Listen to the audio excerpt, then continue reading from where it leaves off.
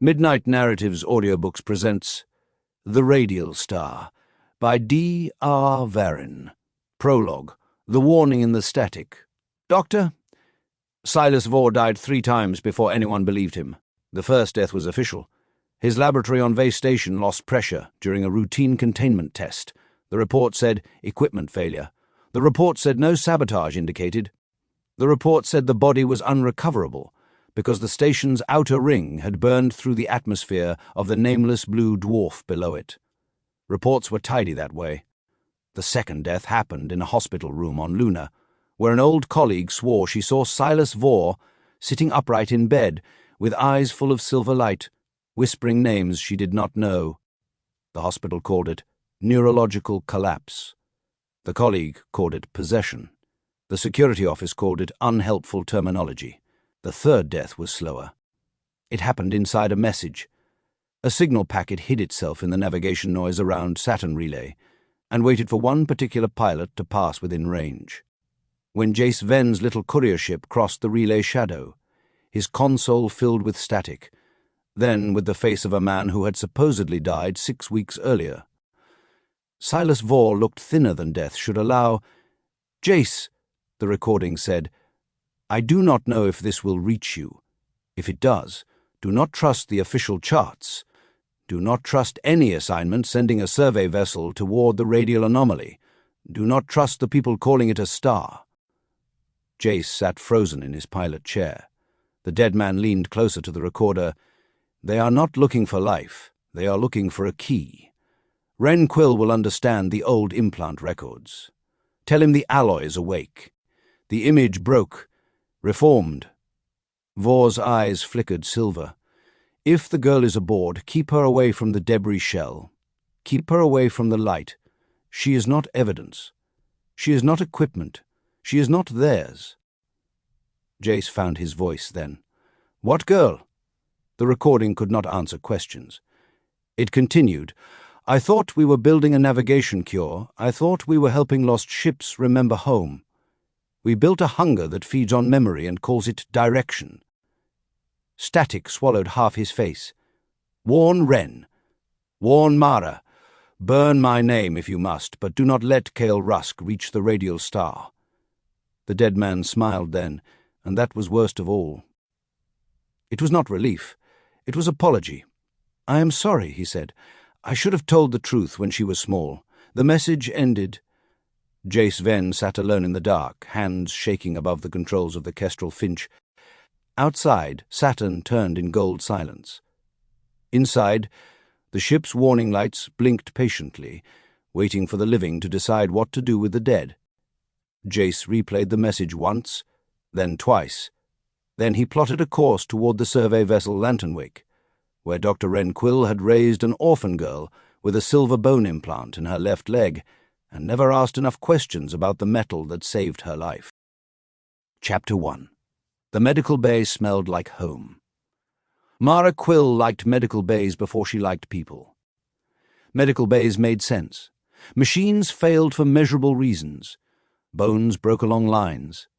Fevers rose. Blood pressure fell. A sterilizer hiss meant the cycle had completed.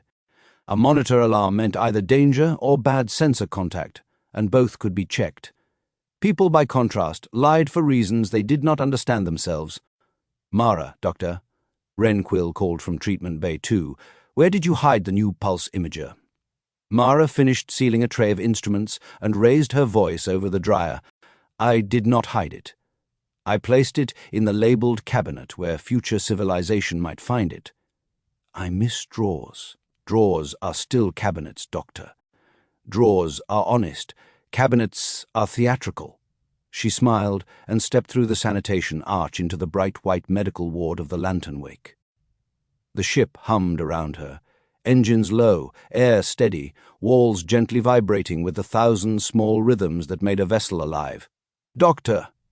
Mara Quill stood beside a diagnostic cot, thin, grey-haired, scowling at the future. His green medical jacket was buttoned incorrectly at the throat.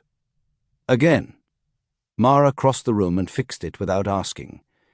He tolerated this as if under protest from a court of law.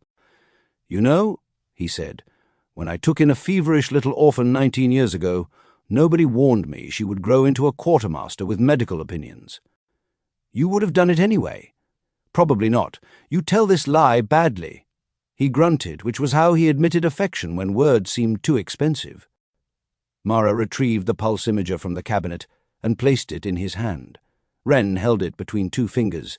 This is too small. It is a micro-resonance imager. Medical equipment should not look like a soup spoon. Your favorite scanner weighed 30 kilos and needed its own cart. It had dignity. It had wheels that squealed. Dignity can squeal. The patient on the cot laughed, then winced.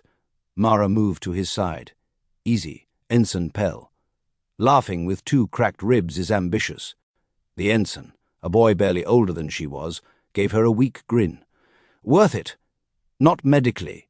Wren pointed the imager at the ensign's chest. Hold still, and do not encourage my assistant. I am technically a licensed medical technician, Mara said. You are technically a daily argument. The imager chimed. Mara read the result over his shoulder. No puncture. Bruising contained. Pain patch and 24-hour restricted duty. Wren looked at her. She looked back. He sighed. Fine. The medical bay door opened. A young man stepped in wearing the silver shoulder stripe of navigation. Mara knew the ship's 146 crew members by face, shift, and medical complaint. She did not know this one. He was slim, dark-haired, pale from either low pressure or nervousness, and carrying his rank badge in his hand instead of on his sleeve. He hesitated. I was told to report here. Mara glanced at Wren, who was applying the pain patch to Ensign Pell. Come in, she said. Name? Tavi Rusk, navigator. Temporary transfer. Temporary people still bleed normally, I assume. I believe so. You believe? I have not tested recently. Mara pointed to the cot nearest the wall. Sit before you prove anything. He obeyed so quickly she almost felt guilty. Almost. His intake profile appeared on the screen after she tapped his wristband. Low blood pressure. Episodic vertigo. Recent transfer. Neural fatigue. Flagged by prior ship. Father aboard as engineering consultant. You nearly fainted on the bridge. Tavi flushed. Not nearly. I sat down strategically. On the floor. The floor was available. She removed his stiff rank band and dropped it into the personal effects tray. Do not wear that until your pressure stabilizes, but regulations are not allowed to cut off circulation in my ward. Wren called from the other cot. Listen to her, boy. She frightens healthier men than you. Tavi looked between them. Are you Dr. Quill's daughter? Mara's fingers paused over the medication dispenser. Yes. Wren said nothing. Tavi looked embarrassed. You do not look alike. Mara gave him a small, sealed vial. Take this electrolyte mix after meals. Drink water, rest 2 hours, if the room tilts. Sit before gravity negotiates without you. Tavi took the vial. Thank you, Mara. Medical technician Quill, if you are being formal. Mara, if you are not going to faint on me. His nervous smile appeared and vanished. I will try to earn Mara. When he left, Wren watched the door. You dislike the transfer. I dislike surprise crew. The captain approved them. The captain approves tomato soup. Judgment varies. Mara stripped the cot sheet and sent it into the recycler. His father is the new engineering consultant? Cale Rusk. Brilliant, according to his file. Everyone brilliant in files becomes a problem in person. Wren looked at her with mock injury. I was brilliant in mine. You became my problem. His face softened. Then the ship-wide chime sounded. Captain Ilara Sen's voice came through the overhead. Bridge to medical. Dr. Quill. Technician Quill, please remain available. We have an unscheduled docking request. Mara looked at Wren. Wren closed his eyes. No, he said. She smiled. You do not know who it is. I know that tone. That is the universe clearing its throat before sending your cousin. The speakers crackled again. A cheerful male voice broke in over open channel. Lanternwake, this is the Kestrel Finch.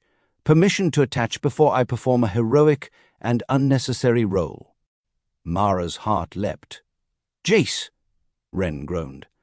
Absolutely not, Captain Sen said, over the channel. Dock, normally, Mr. Ven. Captain, you wound art. Dock, normally. The transmission ended. Mara was already halfway to the door. Wren called after her. Walk. She walked, technically. Chapter 2.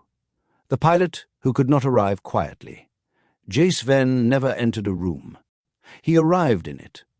The airlock opened, and he stood there in a burgundy flight coat, one boot braced forward, dark hair wind-tossed, despite there being no wind in an airlock, grin bright enough to count as a navigational hazard. "Cousin," he said. Mara folded her arms. "You are late. For what?" "Your last visit." "Then I am not late. I am dramatically spaced." She hugged him anyway. Jace was not her cousin by blood.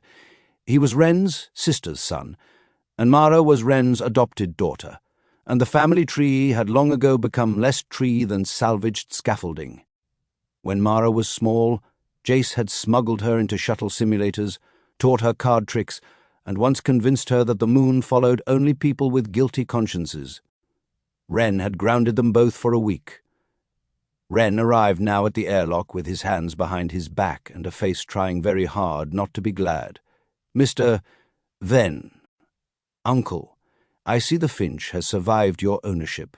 Barely, she misses your medical criticism. I am not treating a ship. She has emotional burn scars. So do I, and most of them are your fault." Jace's grin wavered. Mara saw it because she knew him. Under the theatrical entrance, something was wrong. His eyes were tired. His jaw was tight.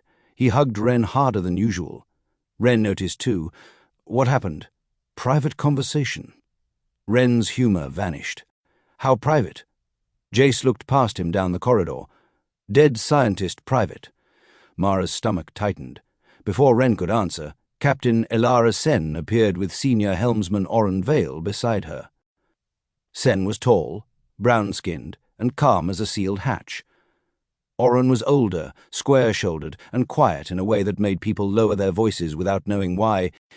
"Mr. Ven," Sen said, "you asked for urgent docking and provided no reason." Jace gave a shallow bow. "I brought charm. You brought a flight code marked emergency." "Also charm." "Oren.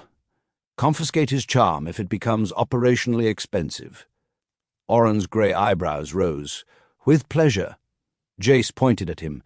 "I see you remain the soul of merriment, and you remain evidence against licensing pilots by reputation." Mara smiled, despite the tension. Jace and Oren had been arguing for as long as she remembered.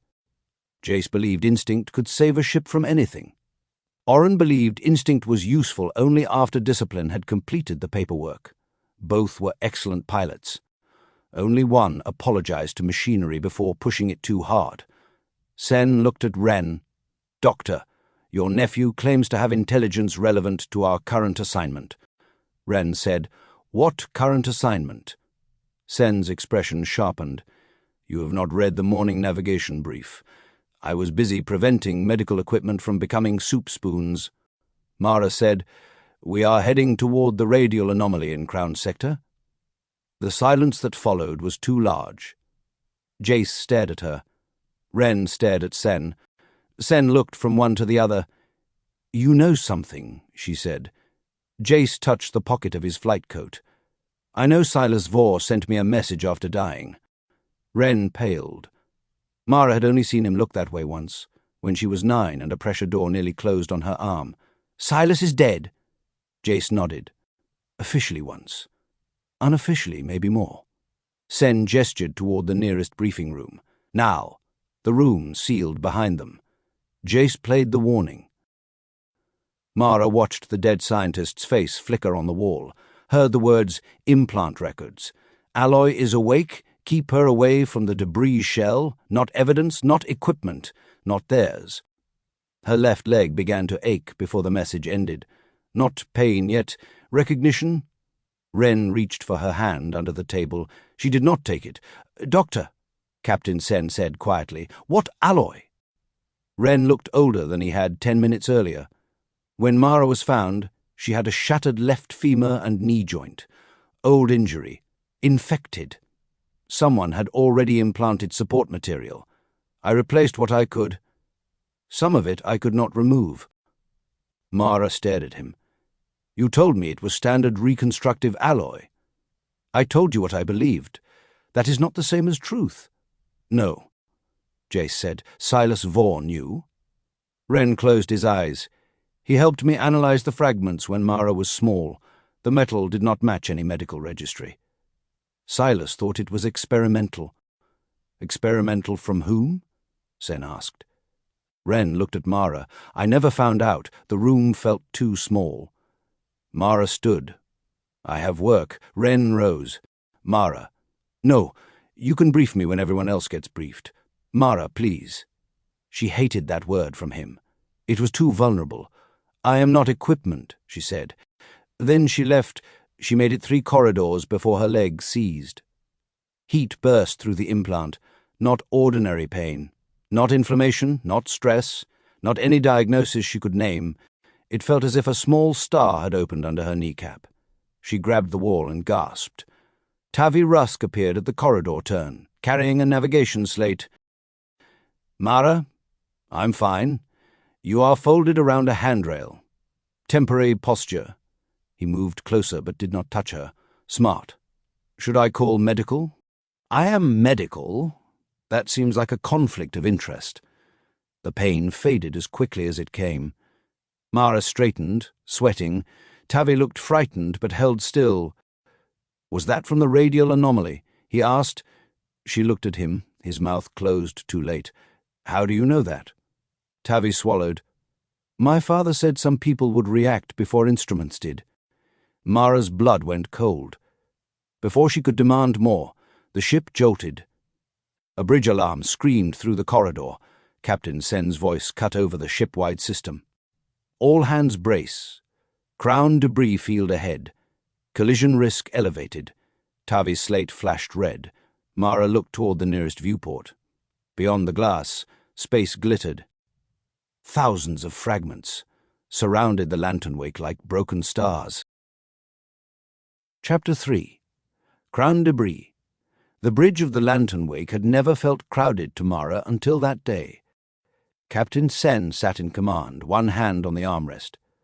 Oren Vale stood at helm because he had been walking past the bridge when the first debris warning came in, and somehow everyone silently agreed the chair belonged to him. Tavi Rusk occupied navigation. Pale but steady, Cale Rusk stood behind engineering liaison with his broad hands clasped and his gravelly voice quiet. Jace stood where he had no authorization to stand, too close to the helm. Mara arrived with Wren half a step behind her. Sen glanced over. Medical status? Wren said. Crew minor injuries only. Mara said. My implant reacted before the field alarm. Everyone looked at her. She hated that. Do not make faces. It is inefficient.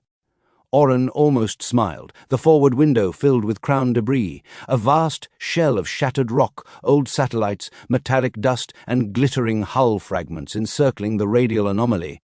It was not a normal debris field. It curved in layers around a distant point of white-blue light, every fragment moving along a different vector and somehow never fully dispersing. Tavi read from his screen. Shell diameter approximately 2 astronomical units. Instability high. Density increasing in waves. Standard mapping impossible. Jace leaned over Oren's shoulder. You'll never thread that at survey speed. Oren did not turn. And yet the universe remains uninterested in your confidence. Jace ignored him. Captain, I can take a shuttle ahead, mark openings, maybe guide us through. No, Sen said. Captain, no. Cale Rusk spoke for the first time. The owner's assignment requires close survey. Going around will take 14 days. Our damaged secondary drive makes that estimate worse. Sen looked at him. I am aware of the schedule. Cale's smile was friendly, and not friendly at all, of course. Jace stepped closer. Elara, I have flown debris shells smaller ships could barely scan. This is not your courier. That is why you need someone who can feel a field before the computer finishes explaining how dead we are. Oren's hands rested lightly on the controls. Sen's jaw tightened. Oren, Slow parabolic arc. Stay outside the high-density layer. It will cost time. Safe? Safer. Jace laughed once. Safer is not always safe enough. Mara could see the old wound between them opening. Instinct versus discipline. Speed versus patience. Proof versus reputation. Then her implant burned again. This time she stayed upright. Barely. Tavi saw her flinch. His navigation screen flickered at the same moment. "Captain," he said, voice rising. Debris wave from Mark 094. It changed direction. Oren adjusted. The ship moved with smooth precision, avoiding a line of tumbling rock. Another wave shifted. Then another. "It is responding," Mara said. Sen turned. "To what?" She did not want to answer. "To me." Silence. The debris near the forward window brightened with pale silver light. Mara felt the implant pulse in time with it. Cale Rusk stepped toward her. Wren blocked him immediately. Cale lifted both hands. "Doctor, I only meant to ask whether she can describe the sensation.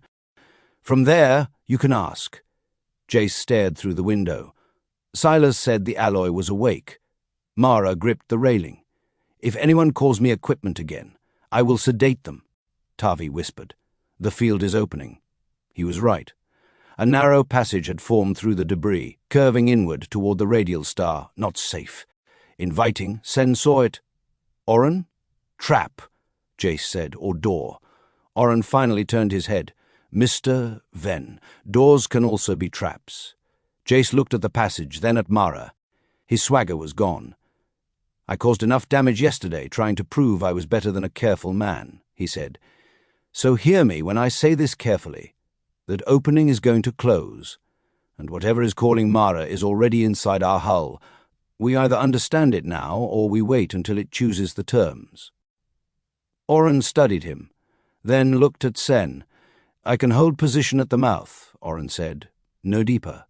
Sen nodded. "Do it." The ship moved toward the opening. Mara's leg pulsed harder. At the edge of the passage, the bridge lights flickered. Every speaker on the deck emitted a low tone. It was not mechanical feedback. It had rhythm, almost language. Tavi's screen filled with symbols he had not entered. Cale Rusk whispered, "It recognizes her." Wren turned on him. "What did you say?" Cale's expression closed. Before Wren could press him, the debris field moved. A fragment the size of a bridge tower shot from below the sensor line. Oren fired maneuvering thrusters. The Lanternwake rolled. Consoles sparked. Mara slammed into Wren. Jace fell against the helm rail. The fragment scraped the hull. Another came, then 10. The opening became a storm. Sen shouted, "Back us out." Oren worked the helm. "The controls lagged," Tavi yelled. "Navigation lock compromised." Cale moved to engineering override. "Primary helm feed is jammed." Jace grabbed the secondary flight yoke. Sen snapped, "Do not touch. I'm stabilizing, not steering." For once he was telling the truth. Oren and Jace moved together. One steady, one fast, one calculating, one feeling the ship's roll through instinct and fear. The Lanternwake slipped between two converging rocks with less than a meter to spare. Mara's implant screamed. She screamed with it. Silver light burst from under her skin, tracing old surgical lines down her leg.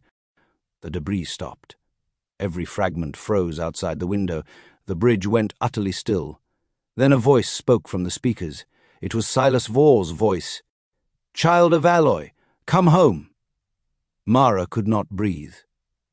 Wren pulled her into his arms as if that could shield her from a star. The voice changed. Now it was Mara's own voice, but older, distant, and full of static. Memory key recognized. Lanternwake permitted to enter. Then the debris resumed motion. But this time it parted. Chapter 4. The Girl Who Was Not a Map. Wren Quill locked Mara in medical observation. He called it precaution. Mara called it kidnapping with better lighting. She sat on the diagnostic cot while the imager scanned her left leg for the 6th time. Wren paced beside the display, jaw clenched, eyes moving over impossible data. Jace leaned near the door, uncharacteristically silent. Tavi stood in the corner because he had brought the navigation logs, and then seemed unsure how to leave without being rude. Mara pointed at him. "You may sit before you faint from politeness." "Tavi sat," Wren muttered. "The implant is changing resonance." "Metal does not change resonance because a star says hello. This metal does." "Then it is rude metal." Jace rubbed both hands over his face. "Silas called it radialoy in old notes." Wren looked at him sharply. "How do you know that term?" The message had attached fragments, corrupted research logs. I did not understand half. "Give them to me. I was going to—" Wren's voice rose. "When?" "After docking. After telling you, after not having a debris field, try to court your daughter." Mara said. "Please never say that again." Tavi cleared his throat. Everyone turned. He nearly regretted existing, but continued. "My father has used that term too. Radialoy. I heard him before we transferred. He said the alloy could create sympathetic navigation if exposed to the anomaly."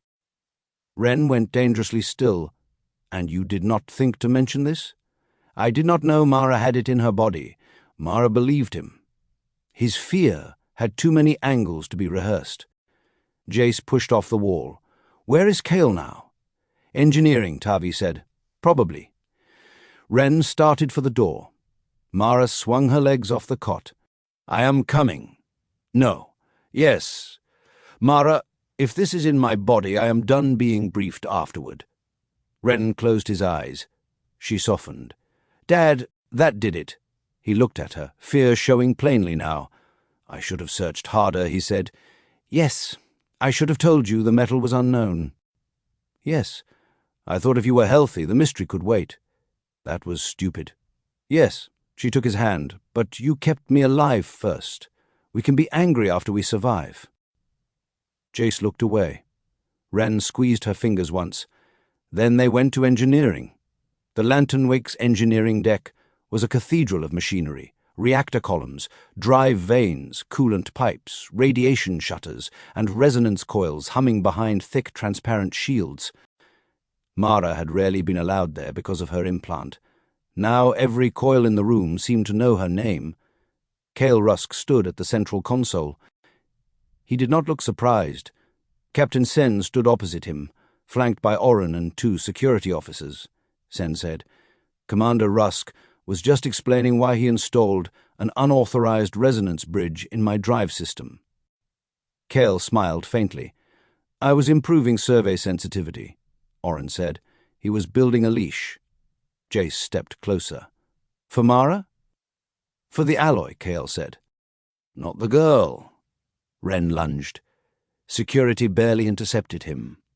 Mara had never seen her father try to hit anyone. She found the image both terrifying and satisfying. Cale looked at her. "You must understand. Radialoy was the first material known to hold directional memory. Ships vanish in deep, uncharted space because navigation is guesswork beyond relay grids. Radialoy remembers origin. Properly trained, it could guide vessels home from anywhere." "Trained," Mara repeated, "using people. Using neural patterns around implanted material. Early cases were accidental, survivors of old reconstruction trials. Children, mostly, because growth integrated the alloy faster." Wren's voice broke. "You experimented on children. I inherited data from people who did. Convenient inheritance." Cale's face hardened. "Do you know how many ships disappear every year beyond mapped space? How many crews die because cautious men refuse necessary research?" Oren's voice was quiet. "Necessary is a dangerous word in the mouth of an ambitious man." Cale ignored him. Mara stepped closer to the shielded resonance bridge. Her leg pulsed in answer. "Why am I reacting now?" Tavi spoke from behind her. "Because the Radial Star is not a star." Cale turned on his son. "Tavi." The young navigator swallowed but continued. "I found the old mass readings. The anomaly emits structured pulses. It is artificial, or alive, or both." Cale's jaw tightened. Sen said, "You knew. I suspected. You concealed mission-critical information. The owner concealed mission-critical information. I was sent to recover what Vey Station failed to secure. Jace whispered, Silas. Cale nodded. Doctor. Vor lost his nerve. He saw monsters in the work. No, Wren said. He saw you. The ship shuddered. The Radial Star pulsed through the hull. Every screen in engineering lit silver. A voice spoke from the resonance bridge. Not Silas this time. Not Mara. Many voices layered together.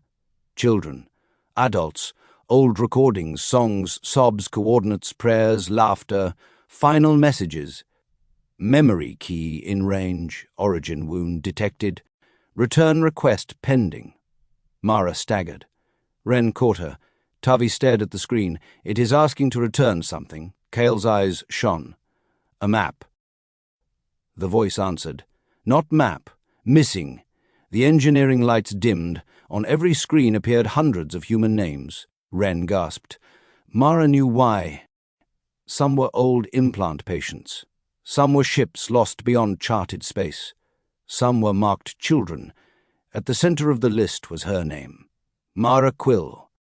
Status. Borrowed memory. Return incomplete. Mara stared until the words blurred. What does that mean? Cale whispered. It means you are proof. Wren said, It means you are my daughter. The radial voice pulsed again. Choose approach. Choose witness. Choose truth. Captain Sen looked at Mara. For once, nobody told her what to do. Mara straightened. Take us in. Chapter 5. Vey Station. Vey Station was supposed to have burned. It had not. The Lanternwake found it hidden inside the debris shell, orbiting the Radial Star in a slow, tilted path. Half the station was charred and broken. The other half glowed with silver light, held together by threads of radialoid webbing that stretched from hull plate to hull plate like frost. Jace stared through the shuttle window. I hate when dead places improve themselves. Mara sat behind him in the Kestrel Finch, wearing a medical field suit and a monitoring band Wren had attached with excessive force. Wren sat beside her, checking readings every 20 seconds. Oren piloted a support shuttle behind them, because Captain Sen had refused to let Jace be the only person flying near the station. Tavi occupied the navigation seat, pale but determined. Everyone ready? Jace asked. No, Mara said. Good. Honest crew today. Jace guided the Finch into a docking cradle that should have been powerless. The station accepted them with a soft, silver pulse. Wren murmured. I dislike being welcomed by ruins, Mara said. You dislike being welcomed by most things. Ruins rank high. They entered through a sealed lab corridor. The station air was thin but breathable. Lights came on as Mara passed. Not for Jace. Not for Wren, for her. Every step made her implant hum. They found Dr. Silas Vor in the central lab, not alive, not dead in the usual way. His body sat in a restraint chair surrounded by radialoid filaments, skin pale, eyes closed, fingers curled around a recorder. Silver light moved under the veins of his hands. Wren removed his helmet slowly. Silas. The body opened its eyes. Jace swore. Tavi made a small, strangled sound. Mara grabbed Wren's arm. The thing wearing Silas Vor looked at them with terrible gentleness. Wren, it said. Wren's voice cracked. Silas? Some of him, the body answered. Enough to apologize. Jace stepped forward. You sent the warning? Yes. Before the station completed the return. Before Cale could bury us. Us? Mara asked. The lab screens lit. Children appeared in old footage. Hospital rooms, reconstruction surgeries, alloy implants, young faces smiling at doctors they trusted. Then older footage, ships vanishing, pilots hearing voices, navigators drawing impossible maps, patients screaming when brought near resonance fields. Silas Vor's body spoke. Radialoid was recovered from the debris shell 80 years ago. We thought it was material. It is not material only. It is memory structure. A civilization around the Radial Star stored themselves in alloy when their sun changed, not dead, not alive, waiting. Then we cut pieces from them and put those pieces into human bone." Mara felt sick, Wren whispered. "No." Silas turned toward him. "You did not know. I should have. You saved a child with what you had." Mara looked at her leg. "Borrowed memory. Not equipment, not map. A piece of an ancient people inside her body, waking because it was close to home." Tavi asked, "Why did ships disappear?" The radial memory tried to return through navigators. It used longing as direction. Human minds could not hold it. Some followed voices into debris, some burned, some joined the shell. Jace's face tightened, and Cale wants to use it anyway. Silas closed his eyes. Cale thinks failed methods can be refined. He believes Mara's long survival proves stable integration. Wren's hand closed over Mara's shoulder. Mara said, "What does the radial intelligence want from me?" Silas looked at her. "Consent." The word landed like a physical thing.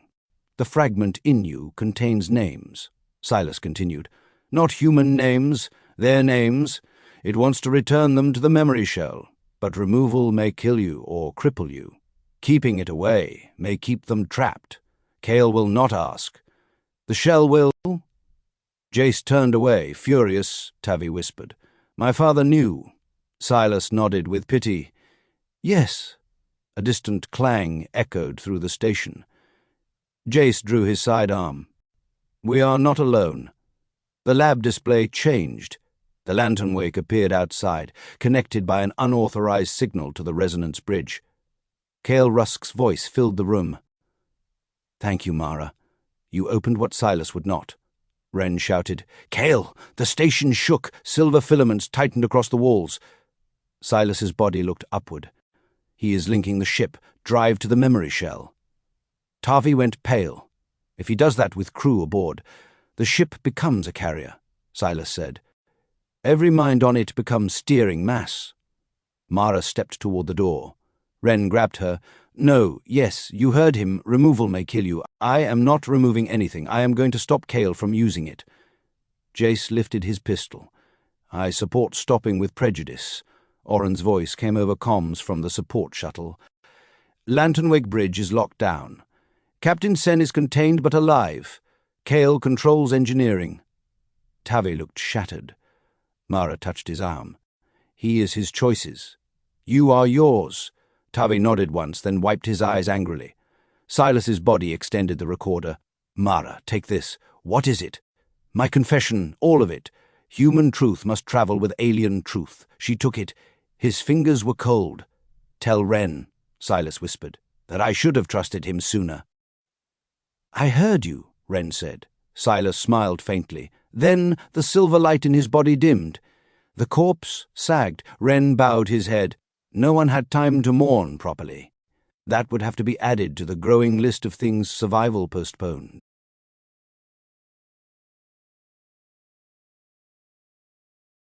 Chapter 6. The captain's ship. Captain Elara Sen hated mutiny less than she hated incompetence. Cale Rusk had been competent. That made the betrayal personal. She sat restrained in her own ready room, wrists bound to the chair arms by security cuffs, while two of Cale's hired technicians monitored the door. They had not harmed her. Cale was too clever for crude violence when procedural treason could do the work. "You know this will not stand," she said. One technician avoided her eyes. The other said, "Commander Rusk has owner authorization. The owner is not aboard." "No, Captain." "Then aboard this ship, the owner may send opinions." "I command." Neither answered. Good, she thought. Shame still alive. Useful. The intercom crackled. The Lanternwake's ship intelligence, a modest voice called Lyra, spoke with unusual hesitation. "Captain Sen." Sen looked up. "Lyra, status. I am partially restrained by engineering command. However, Dr. Quill once requested that I preserve independent medical emergency pathways in case of administrative foolishness." Sen almost smiled. Did he use those words? His phrasing was more colourful. The cuff around Sen's left wrist clicked open. The technician by the door turned. Sen moved. She struck him in the throat, took his shock baton, and dropped the second technician before he finished reaching for his sidearm. "Thank you, Lyra." "You are welcome. Dr. Quill was correct about foolishness. Sen retrieved her command badge and headed for the bridge. Across the ship, quiet resistance had already begun. Almareus locked the galley doors and armed the kitchen staff with scalding soup and carbon knives. Oren Vale, trapped near auxiliary helm, rerouted manual thruster authority through a training console no one used because it was old, ugly, and therefore beneath Cale's attention. Ensign Pell, cracked ribs and all, crawled through a maintenance duct to restore internal comms. Crew members who had lived years under Sen's command pretended to comply slowly, incorrectly, and with devastating politeness. On the bridge, Cale Rusk stood beside the command chair, watching the Radial Star expand across the forward window. Captain Sen entered with a baton in one hand. "Move away from my chair." Cale did not turn. "Captain, I hoped you would remain comfortable. I was not. You cannot stop the link now. Then I can stop you." He turned at last. Behind him, security officers raised weapons. Some were crew, some were not. Sen memorized the difference. Cale said, "The Lanternwake will be remembered as the ship that ended lost space death. Think of it, every vessel guided home, every frontier opened. No more vanishing, no more widows staring at silent relays." At the price of what? Memory. That is not a small price. It is the price civilization has always paid. Oren's voice came from the helm doorway. "No. Civilization is what notices the bill." He stepped onto the bridge slowly, hands visible. Cale sighed. "Mr. Vale, I hoped you had more imagination. I have enough to know when a man is calling theft destiny." At that moment, Jace's voice burst over the bridge speakers. "Lanternwake, this is Kestrel Finch. Incoming with angry medical personnel, one guilty navigator, and approximately the worst plan I have ever endorsed." Sen looked toward the screen. The Finch was approaching from Vey Station at reckless speed. Oren closed his eyes. "Naturally," Cale smiled. "Shoot them down." No one moved. He turned. "I said shoot them down." One officer lowered his rifle. "That is Dr. Quill's shuttle," another said, "and Mara's aboard." Cale's face changed. "There," Sen thought.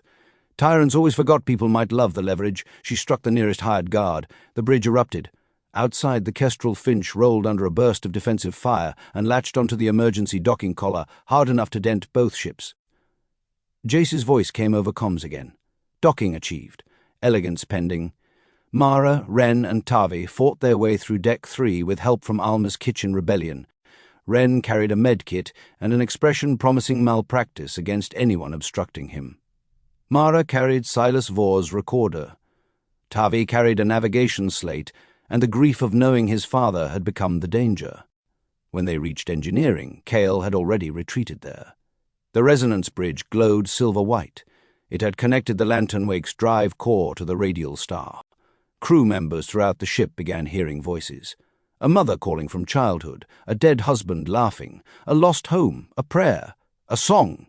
Coordinates whispered in languages no human knew. Mara nearly fell. Wren caught her again. She pushed forward. "Cale!"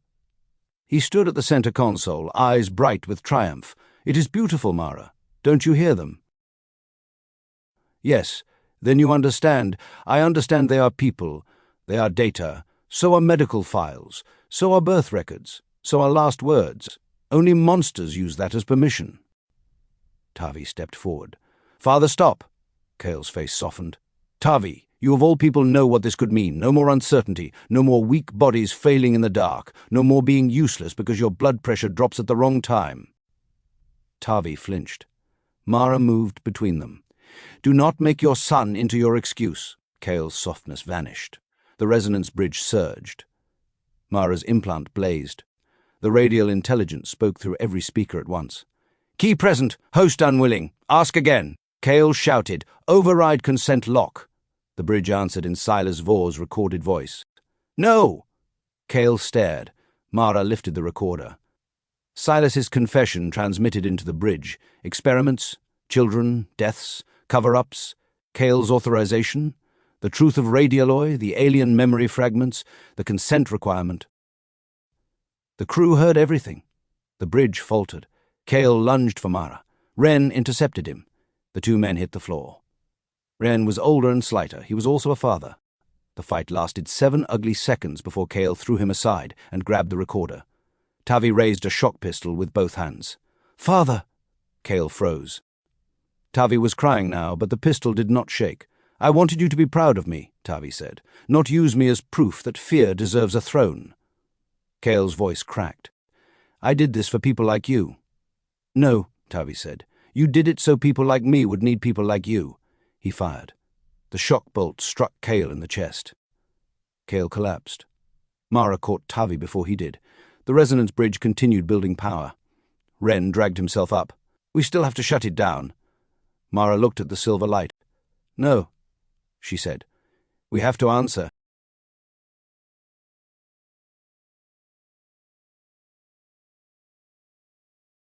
Chapter 7. The Memory Shell. Mara entered the radial link willingly. Wren objected for 4 minutes. Captain Sen objected for 2. Jace objected loudly until Oren told him to shut up and listen. Tavi objected quietly, which made Mara want to hug him and also refuse. In the end, consent required clarity. She had the most of it. The resonance bridge was modified under her direction. Wren's monitoring, Tavi's calculations, Oren's steady power management, and Jace's unhelpful pacing. Cale lay unconscious under guard. Silas Vor's confession continued transmitting to the ship archive, the owner's office, and every relay buoy close enough to hear scandal. Mara stood on the platform at the center of engineering. Silver light rose around her left leg. Wren placed a hand on her cheek. "Pain threshold? Ask me after—" "That is not funny. It was not meant to be." His eyes filled. "You do not owe the dead pieces of yourself. I know. You do not owe aliens pieces of yourself, either." "I know. Then why?" She looked toward the forward display showing the Radial Star and the vast shell of debris around it. Not debris, graves, houses, bodies, memory.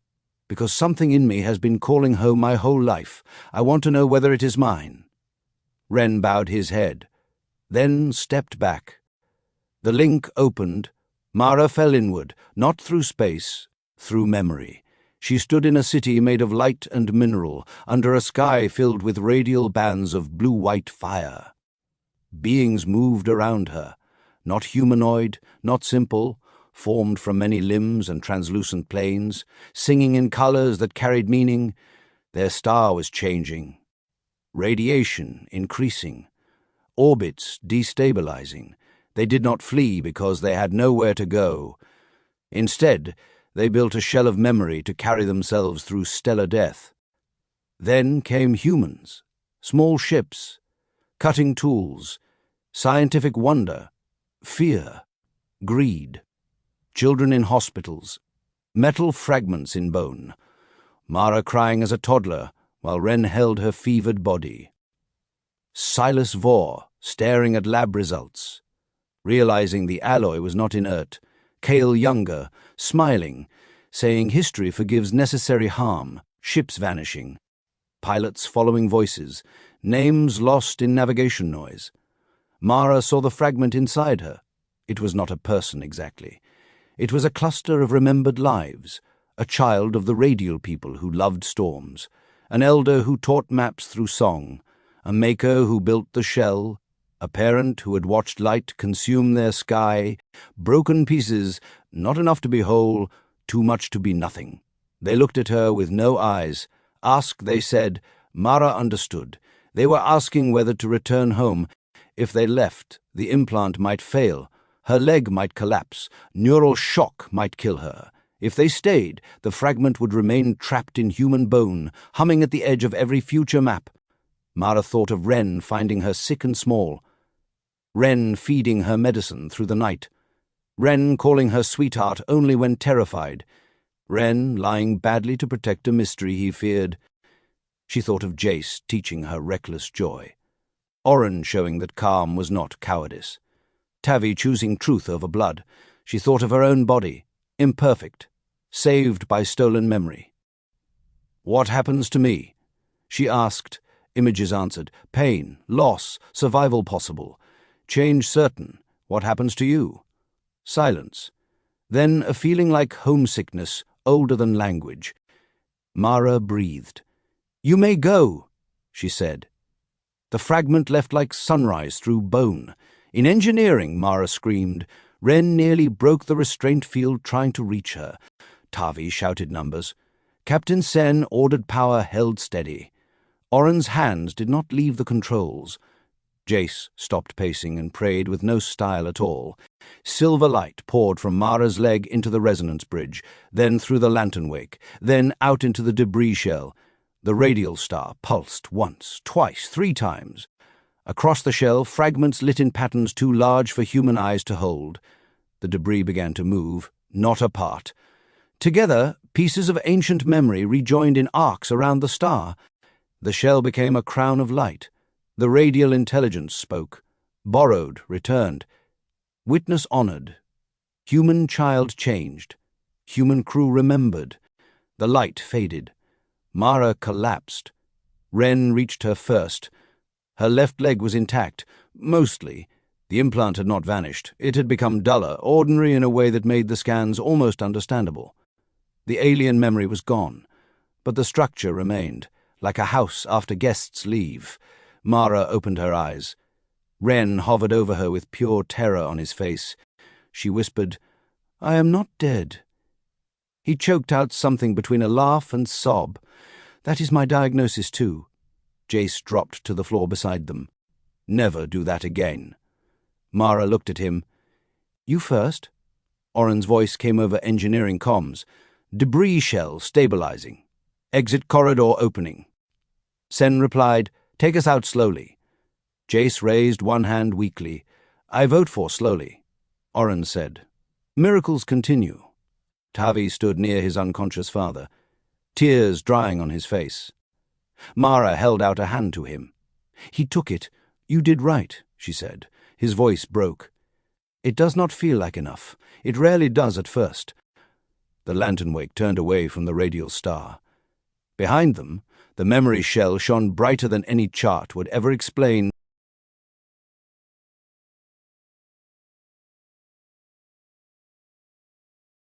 Chapter 8.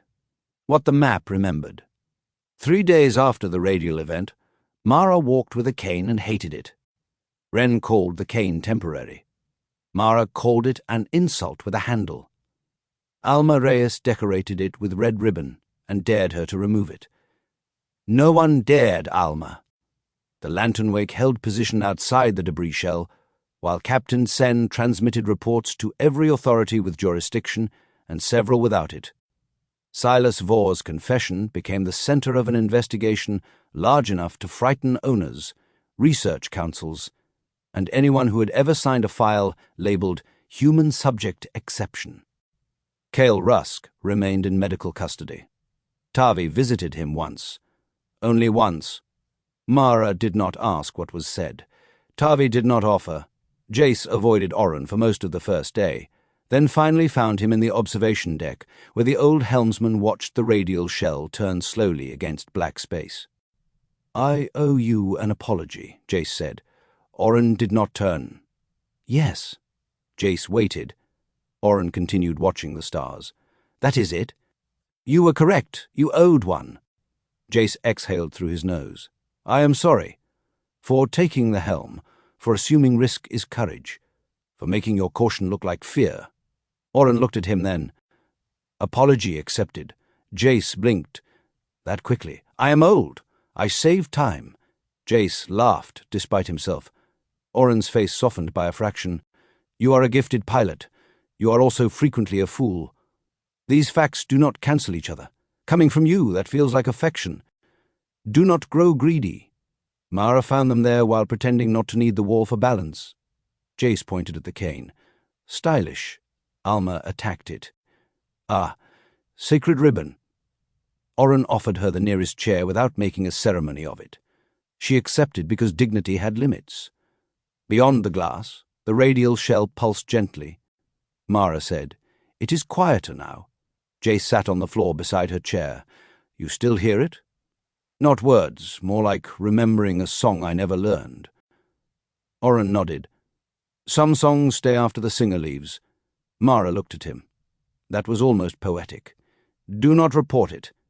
Captain Sen entered with Wren and Tavi. Wren carried a medical scanner. Mara glared. He pocketed it. Sen stood by the window. We received a response from Central Survey. They are ordering us to remain here pending seizure of all related material. Jace groaned. Here we go. They also ordered us not to release further information. Wren said. Too late. Sen's mouth curved slightly. Yes. Lyra accidentally sent the full report to 37 scientific archives, 6 medical ethics boards, 4 public relays, and Alma's recipe exchange. Alma's voice sounded from a nearby wall speaker. Accidentally, Captain. Very accidentally, Sen said. Mara smiled. Tavi stepped forward. What happens to the radialoid patients? Wren's face sobered. We find them. We tell them the truth. We monitor them. We ask what they want. We stop calling them cases, Mara said. And the radial shell? Sen looked out at the light. Protected system. No mining. No research extraction. No navigation tests without consent. Jace lifted an eyebrow. Consent from an ancient alien memory shell. We will develop procedures, Oren said, slowly.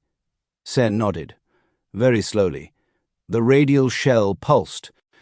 The bridge translation system, still half connected through the altered resonance bridge, displayed 4 words. Witness crew may return. Mara's throat tightened. Wren whispered.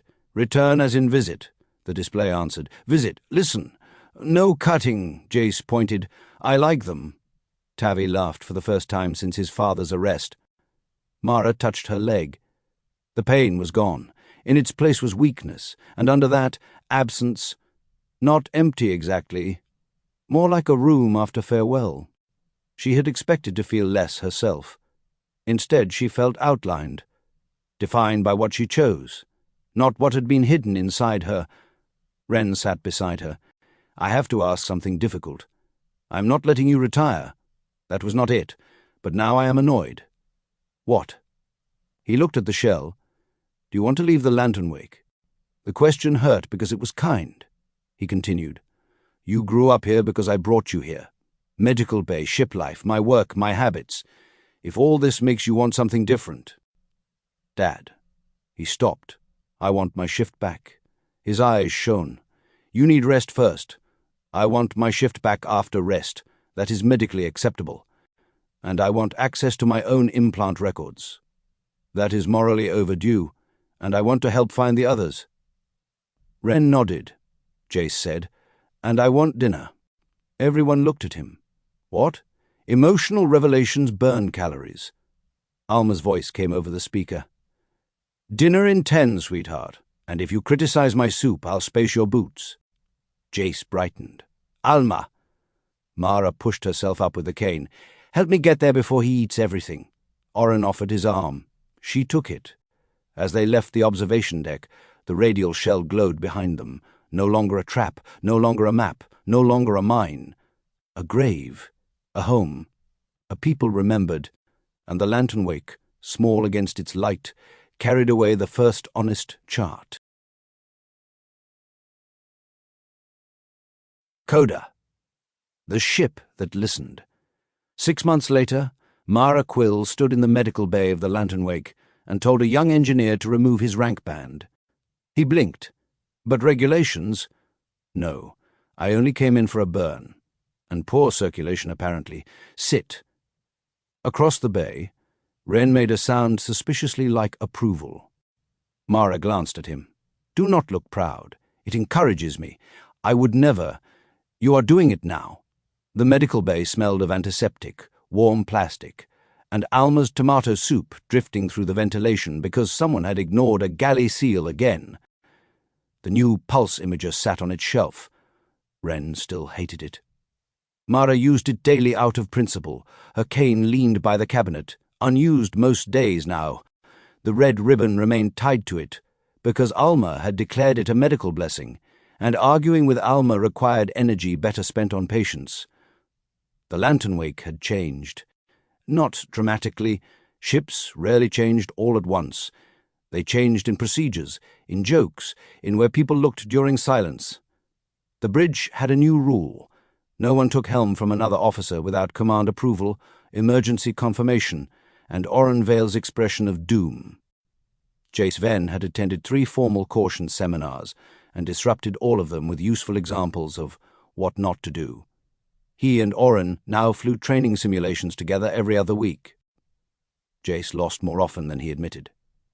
Captain Sen became temporarily famous for disobeying Central Survey's secrecy order with such perfect administrative ambiguity that no one could prove she had meant to tell the truth. Tavi Rusk stayed aboard as navigator. He still fainted once in a while, but now he sat down before the floor became involved. His father's trial had not yet ended. Tavi did not speak of it often. When he did, Mara listened. The Radial investigation found 49 living implant survivors. Some wanted removal. Some did not. Some heard memory songs near certain stars. Some felt nothing. Every one of them received their records, their choices, and the truth that the metal had not been merely metal. The memory shell became a protected presence on every honest chart. Not a resource, not a hazard, a neighbor. Mara finished treating the engineer's burn and dismissed him with instructions he would probably follow badly. Then she found a sealed message waiting on her console. Sender, radial contact archive. Subject, translation update. Wren came to stand beside her. Together, they opened it. A new phrase from the memory shell had been translated after months of work. It was the pulse sent when the Lanternwake departed the protected zone, the one that had repeated until the ship crossed beyond resonance range. The translation appeared slowly. Small vessel of bone and fire. You returned what was taken. You carried witness without cutting. You may be called friend. Mara read it twice. Wren cleared his throat. Good translation. Very medical assessment. I am a doctor. She leaned against his shoulder. For a moment, neither moved. Then the shipwide chime sounded. Captain Sen's voice came overhead. All senior staff and medical personnel to bridge. We have received a distress call from the outer survey line. Possible radial response. Mara looked at Wren. Wren sighed. Of course. Jace's voice cut into the same channel. Kestrel Finch ready to launch. I promise to fly with maturity and restraint. Oren answered over comms. Denied on grounds of false advertising. Alma added. Dinner travels badly, so nobody die before I pack food. Tavi's voice came last, steady despite the fear beneath it. Mara, the signal includes a name from the recovered patient list. Mara took her cane from the cabinet. Wren picked up the medkit. Ready? He asked. No, good. Honest? They walked toward the bridge together. Outside the ship, stars waited in their impossible distances. Somewhere among them, another person with stolen memory in their bones might be hearing a song they had never learned. Another crew might be calling for help. Another hidden truth might be trying to surface through static, pain, or light. Mara no longer believed mysteries became less frightening when named, but they did become less lonely. She stepped onto the bridge as the Lanternwake turned toward the distress signal. Jace's shuttle drifted beside them, like a bright, impatient fish. Oren sat at the helm. Tavi sat at navigation. Captain Sen stood in command. Mara took her place behind the medical rail. Her leg pulsed once. Not pain, recognition. The forward stars stretched into motion.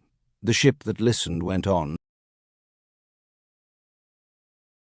Subscribe now and turn on notifications for more original science fiction audiobooks from Chronicles of the Multiverse.